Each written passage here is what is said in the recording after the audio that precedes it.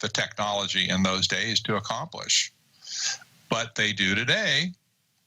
And this is exactly what we see happening today. These 5 requirements are being played out at every level of American society and global society as well, but we know America best, so let's talk about America. And this is a global thing, by the way, not just America, but we're Americans, we're concerned about our country first. Sure. So providing the specific registration and consumption of each individual plus a record and description of the individual, doesn't this sound suspiciously like all of the data requirements that the NSA is sucking up everything in sight from seemingly the whole planet, but especially here? That's exactly what it sounds. That's what it is. Isn't this what Obamacare is all about? Sucking up data like there's no tomorrow?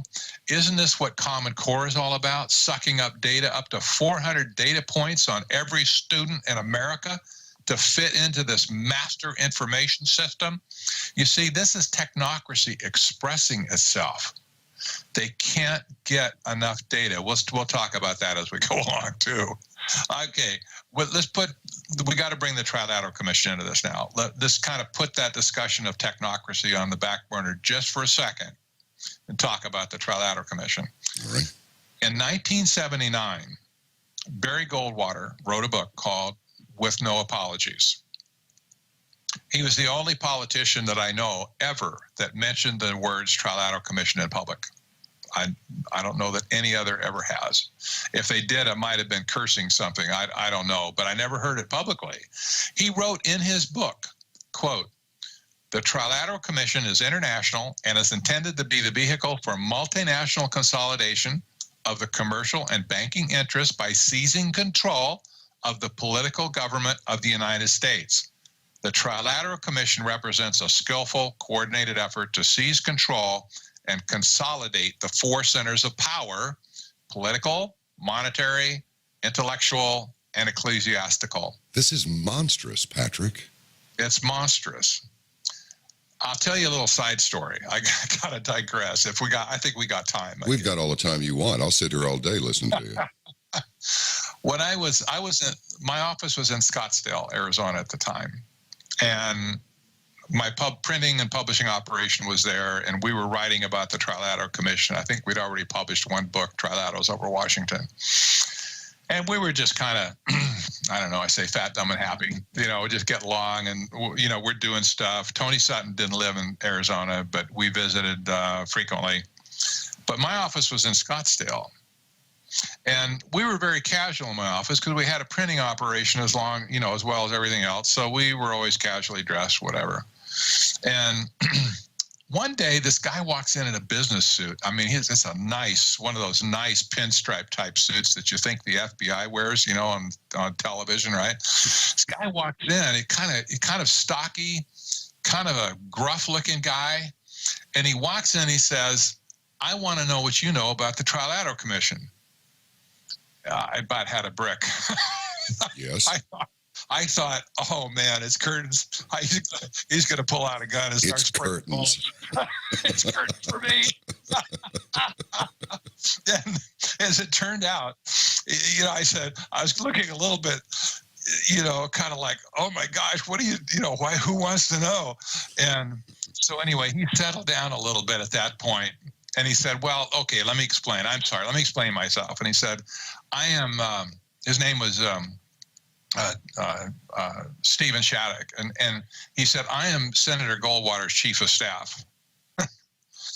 And the senator is writing a book with no apologies, right?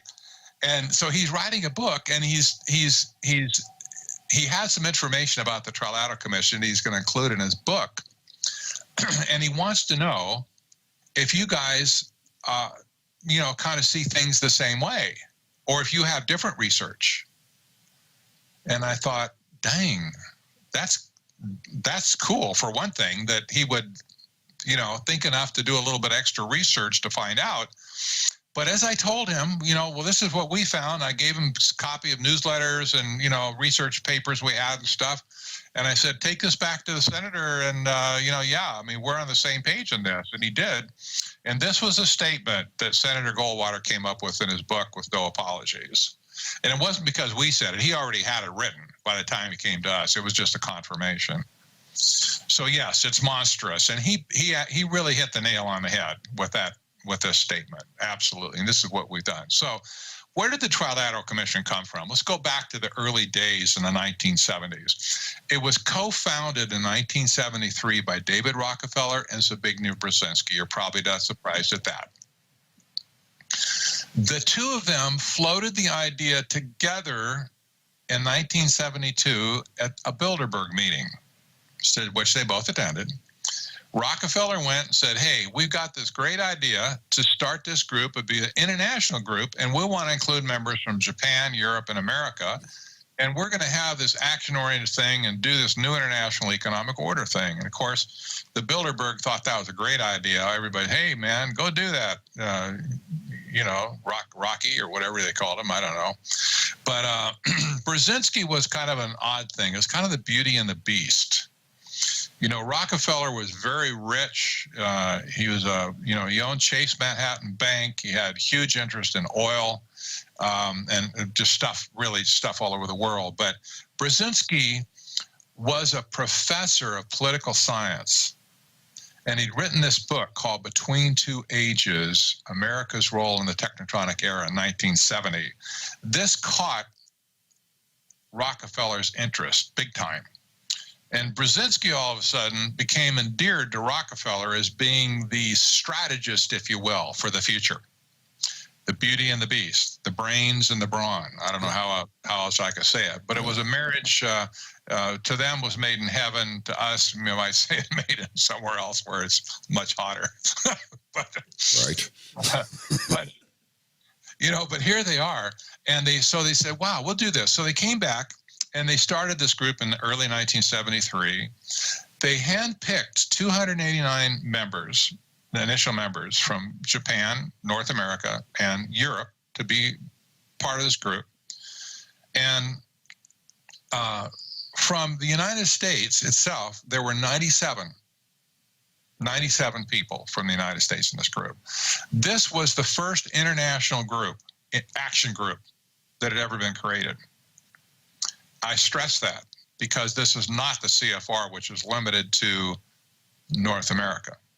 This was an international organization that had a specific goal in mind, policy, to create a new international economic order.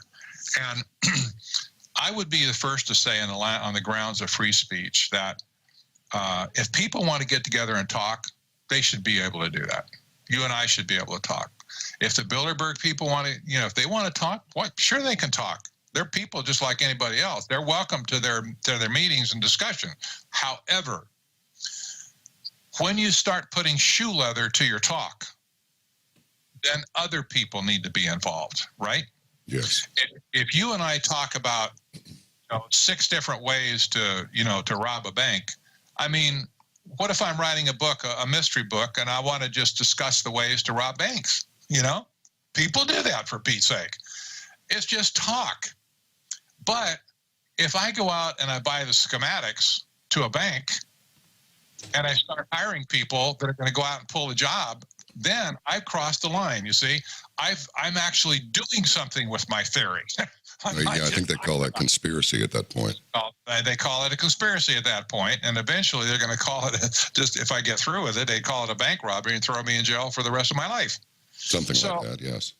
Here, actually, I'd probably get 2 years in a soft prison somewhere. But well, no, wait a minute. No, I'm not a member of the global elite, so I'd probably get 25 to life. Well, certainly you'd get cable TV in a workout room. I'd certainly get cable TV. So there was 97 people from the United States that belonged to this group, John. They were evenly spread across Democrats and Republicans. This was not a partisan group at all.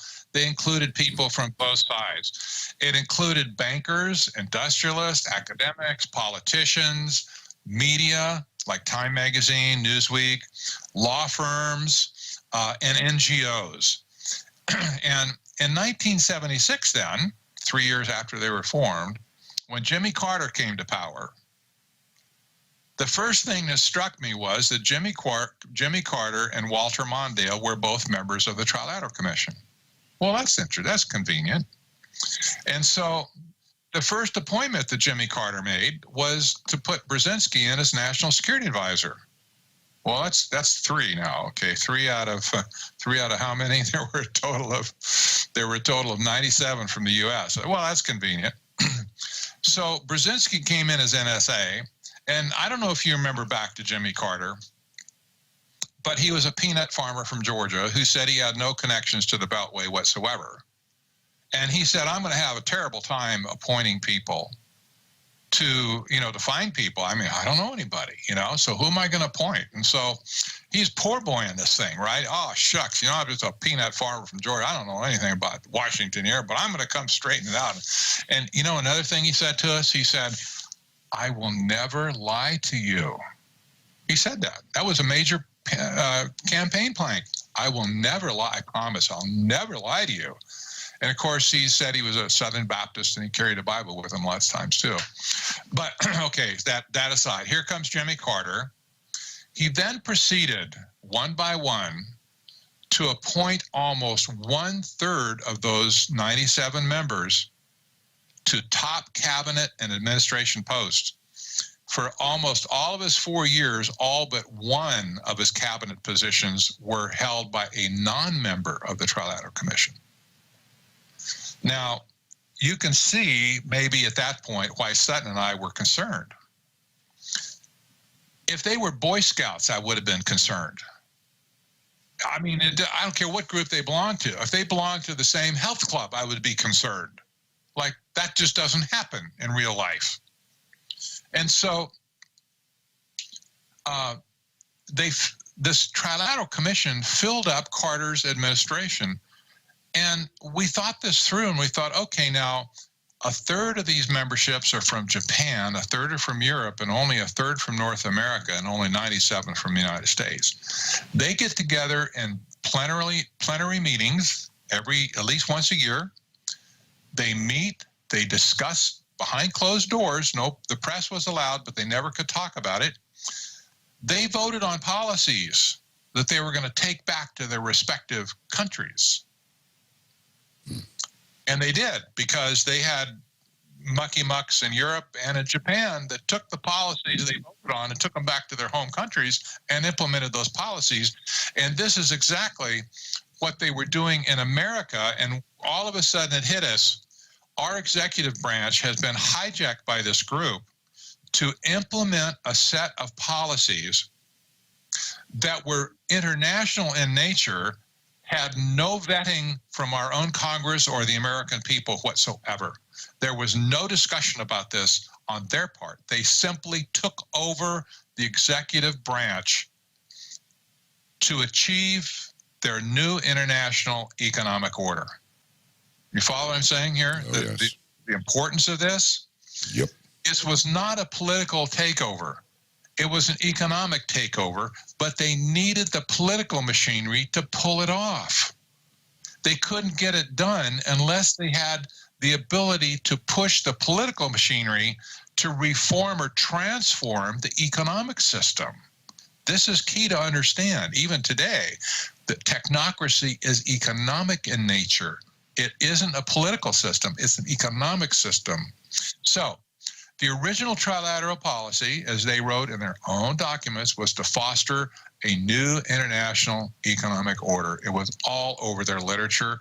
We read everything they wrote. We got every pamphlet, booklet, magazine, all the articles the scholars wrote. We had it all piled up and cataloged. This is what they wanted to do. They promoted a concept of interdependence amongst nations. There wasn't a demand for this at the time, but they said, no, the future is interdependence. We need to sew everything together. And then they promoted free trade like there was no tomorrow by dismantling all of the tariffs and the trade barriers around the world. This was key to their establishing of the new international economic order. This was their policy. And the book that set the course for this was Brzezinski's book, Between Two Ages, subtitle America's Role in the Technotronic Era. That's a concern. And still, even today, this is a concern. We have to take a look at what Brzezinski wrote in that book. Later, as I studied technocracy, by the way, I got to thinking maybe the word technocracy and technotronic are related.